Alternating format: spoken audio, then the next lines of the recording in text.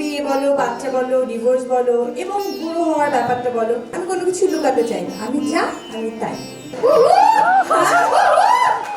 ঢালিউডের জনপ্রিয় চিত্রনায়িকা পরীমণিকে নিয়ে সব সময় চলে নানা আলোচনা সমালোচনা। তবে এবার আলোচনার কেন্দ্রবিন্দু পরীমণি নয়, তার একটি ফেসবুক পোস্ট এবং শেখ সাদি এবং তারই প্রাক্তন রাজ।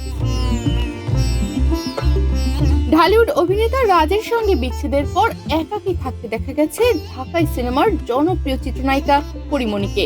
নানা সময়ে ফেসবুকে এবং গণমাধ্যমে পরি জানিয়েছেন তার জীবনের ভালোবাসা এখন শুধুই তার সন্তান। তবে হঠাৎ করেই রাজ আর তার সন্তান ছাড়াও আরেক নতুন নামের আগমনে বেশ আলোচনায় উঠে এসেছেন ঢালিউডের এই চিত্রনায়িকা।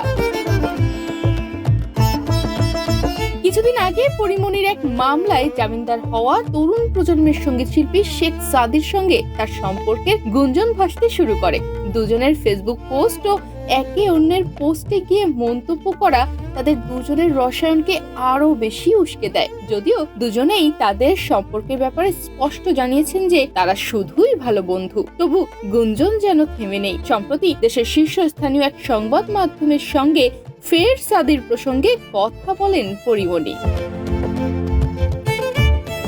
এবার স্পষ্ট করেই পরীমণি জানান দিলেন সাদি তার জীবনে জাদুর মতো। পরীমণি বলেন, সাদি আমার জীবনে একটা জাদুর মতো। আমি মন খুলে যার সাথে নিজের কথাগুলো বলতে পারি। জীবনে খারাপ সময় যে পাশে থাকে, আগলে রাখে, সে তো জীবনের আশীর্বাদ হয়ে আসে। ও ঠিক তাই আমার কাছে। সাদি প্রসঙ্গে পরীমণি আরো বলেন, একটা চড়াই উতরাইয়ের মধ্য দিয়ে আমার জীবন চলছে।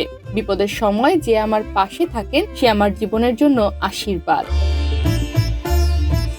আমি এই জীবনে অনেক শুভাকাঙ্ক্ষী পেয়েছি, এখনো আমার অনেক শুভাকাঙ্ক্ষী রয়েছে। আমার সুখ দুঃখের গল্পগুলো তাদের সঙ্গে শেয়ার করি, এতে আমি মানসিকভাবে ভালো থাকি। এদিকে তরুণ প্রজন্মের গায়ক শেখ সাদি জানান, একই অঙ্গনে দীর্ঘদিন কাজ করার কারণে পরীমণির সঙ্গে বেশ আগেই পরিচয় হয়েছিল তার। তখন থেকেই পেশাগত বিষয় নিয়ে তার সঙ্গে নিয়মিত কথাবার্তা হতো তাদের।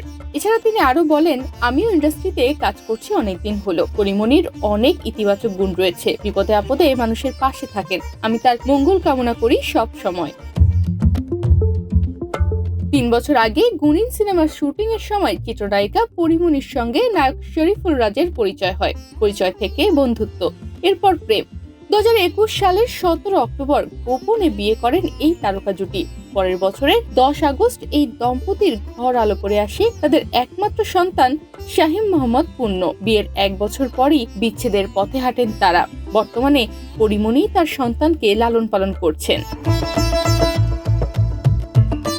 তনিমা রহমান, বাংলাদেশ প্রতিদিন।